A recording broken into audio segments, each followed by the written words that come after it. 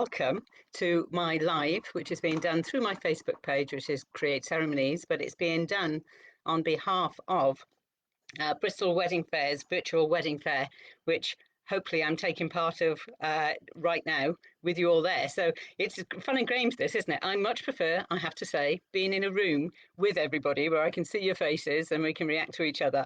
That's much more comfortable. But this is a bit strange. But what I wanted to do was to give you a bit of an idea about what I do as a celebrant, how that might work for you to make your wedding day the most personal, unique day that you could possibly have, and some thoughts about what might happen as we're coming out of lockdown to wedding ceremonies. I mean, we don't know for certain at the moment, but I can see some things that seem to be being mentioned. So how does that affect you? What control have you got over the way that you celebrate your married life, the start of your married life together? So how you have your wedding day, and what use a celebrant might be to you. Maybe you hadn't thought of one before. So I'll start off with a quick introduction to myself. My name is Jane Greer, and I've been a celebrant for around about 5 years now. And I love it with a passion. I was a registrar before that, and I enjoyed that, I have to say. I did that for 4 years, doing wedding after wedding that was effectively exactly the same in terms of wording, because everybody had chosen the same sections. And it was after doing that for 4 years that I really felt that people deserved to have something that was a bit more personal and a bit more focused on them, their love, their relationship, and everything that they enjoy. You know, I got bored of having to tell people that they couldn't include a particular piece of music or a particular poem, or that they were restricted on time. That that there are so many limitations on the way that they could celebrate their love. And we see, don't we, in films all the time, we see all kinds of fantastic things happening, particularly in the States. So people getting married outside, people just being able to do something in a way that is more personal and meaningful to them. And that, for me, was what started my celebrant journey, I think, really wanting to find the way to do that. So what do I do as a celebrant? Obviously, I create and conduct wedding ceremonies. I also do vow renewals. I do commitment ceremonies for people that don't want the legal section of the wedding ceremony. I do naming ceremonies and family ceremonies, so involving children, so alternatives to christenings, and an option for families when they're adopting children as well.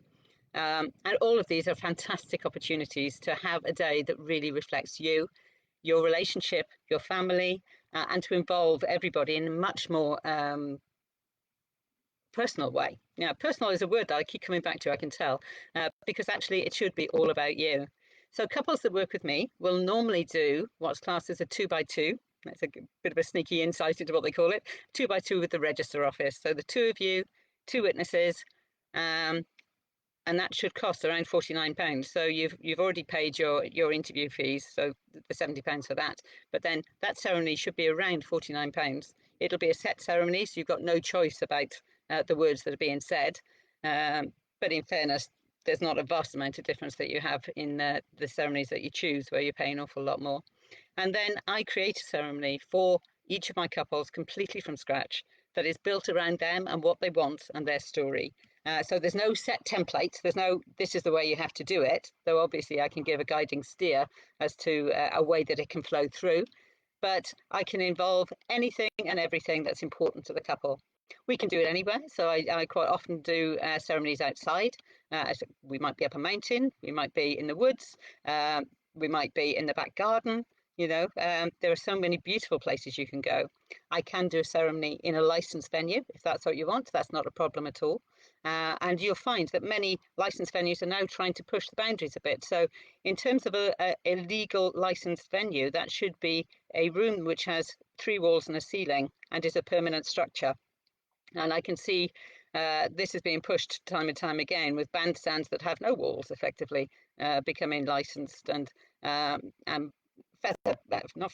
flower bowers being created into spaces that are being licensed, which I think is pushing things slightly, and there may well be a step back from that as time moves on, with that not being in the spirit of the law, if you like, that's set up.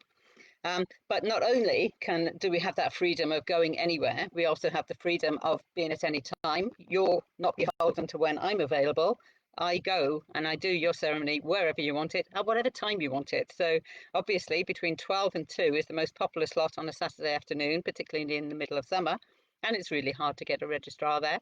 So sometimes people will book me because it actually works out better for their timing of their whole day. They've got people traveling, they've got people wanting to do things at a particular time, and a 4 o'clock ceremony isn't going to work for them. So there's some flexibility there as well. But more so than any of these in some ways is the fact that I can bring a whole host of different rituals and ways of showing your unity and your commitment to each other that a registrar can't do. And whether that's a very traditional pagan ceremony, such as a hand fasting, which is where the couple's hands get bound together with ribbons and cords, all of which have different meanings, or whether it's something that's a more recent invention, things like the gin ceremony, which is actually flying off the shelves these days. There are lots and lots of different options. And those are things that can be definitely made personal to you. So again, it shouldn't be a cut and paste. Oh, this is your hand fasting. There are the words. That's it. It's nothing to do with you. They should everything in your ceremony, which is the foundation of your married life together, should reflect you and your beliefs and what you hold as important in your lives, your interests. Everything that you bring to that relationship should be part of your ceremony.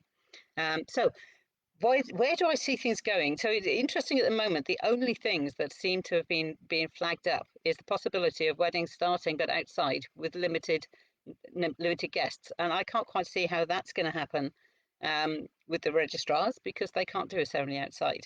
So this is all slightly confused as to quite what the guidelines there might be. But what I would advise people to start looking at as the idea comes out that actually you can do a small ceremony is to have your marriage ceremony, if you like, do the administration with the registrars as a small ceremony as soon as you can, as soon as you're able to, as close to your original date as you're able to.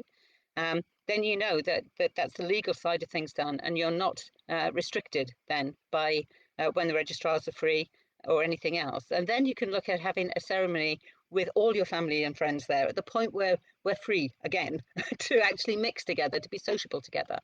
And you can have a celebrant doing that.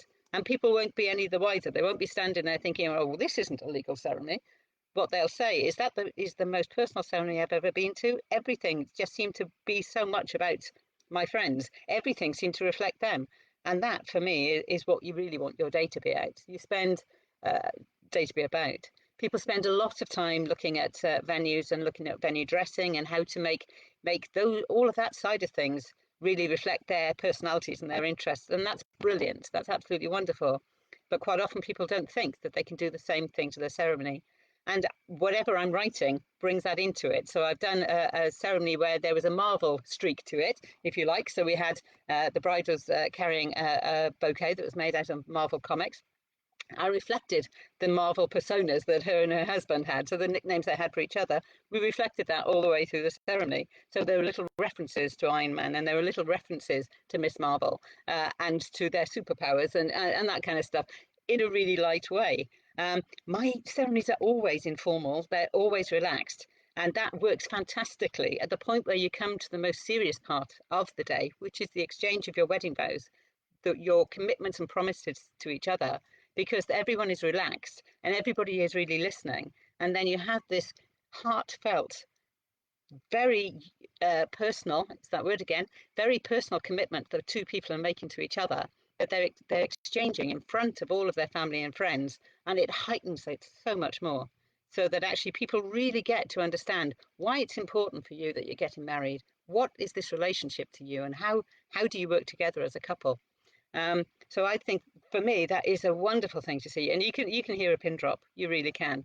So nobody's looking at their watches trying to work out when they're going to get to the drinks or to the meal, or feeling a bit hungry, because they're absolutely absorbed in the words that are being said and the story that they're on. And there are so many ways of involving your family and friends actively within the day. So whether that's members of the family choosing the colours for your hand fasting, or coming and doing the binding alongside me, whether it's your friends being involved in the gin ceremony, and then actually we take that around to everybody else. Obviously, normally I do that with a Scottish quaich, so a Scottish loving cup, two-handled loving cup. These days we would probably have to send it round with some individual chaser little shot glasses just to make everybody more comfortable. But there are a million and one ways to make it really about your family and your friends celebrating your day with you. And that for me is the joy of what a celebrant brings to your day. Um, I always come I always stay for longer than you expect. So for a registrar, they'd be there for 10 minutes of interviewing and half an hour, well, 10 minutes of ceremony, but so all in all, they'll be with you for 45 minutes. I'm there for as much of the day as I need to be. I arrive early in case there are any problems with setting up. So I've been tying chair ribbons, I've been sorting flowers, I've been doing all kinds of things before. I do the ceremony, I work with the photographer to make sure they get the shots that they really want and you really want. After the ceremony. And also that means there's somebody there that can hold your drinks at the point that you're trying to have a drink to relax and to because you're thirsty. So there's somebody there doing that, and I wait until actually you're through to your reception and everything is running smoothly. Then I go. So I'm with you for a few hours. I travel all over the country. That's not a problem. And I've got a steampunk side of my business as well. So if you fancy something a little bit different and you've ever had a look at steampunk, or if you've never had a look at steampunk, then come along and have a look. So I'm over my time, I can see. So I'm just going to round off there with letting you know that obviously in these strange times, I decided it would be appropriate to offer something back to the people who are working so hard for us at the moment. So I do have an offer, a blue light offer, I call it, but actually, yeah, in a lot of ways and a lot of times, I'm extending that out to people that are working so hard to keep us running at the moment. So teachers, farmers, people that are very much on the front line, shop workers that haven't got the option to keep themselves so safe. And that offer is that if I'm doing your ceremony, then you can have one ritual free of charge. So whether that's your hand fasting, a candle ceremony, a sand ceremony, any of the wonderful things that I can do that, then that is my gift to you on your wedding day to say thank you. My details should be on the Facebook group there, the Virtual Wedding Fair Facebook group. But also I will let you know on here. So it's create.ceremonies oh, that's my Gmail address. My website's www.createceremonies.co.uk. And I'm on Facebook as Create Ceremonies. I'm on Instagram as Create Ceremonies as well. I love talking about what I do. I'd love to find out about your wedding day. So please join in, have a chat. I'm happy to answer any questions. All right. Take care. It's Jane Greer from Create Ceremonies. Enjoy the rest of the day with the fantastic suppliers we've got. Take care. Bye-bye.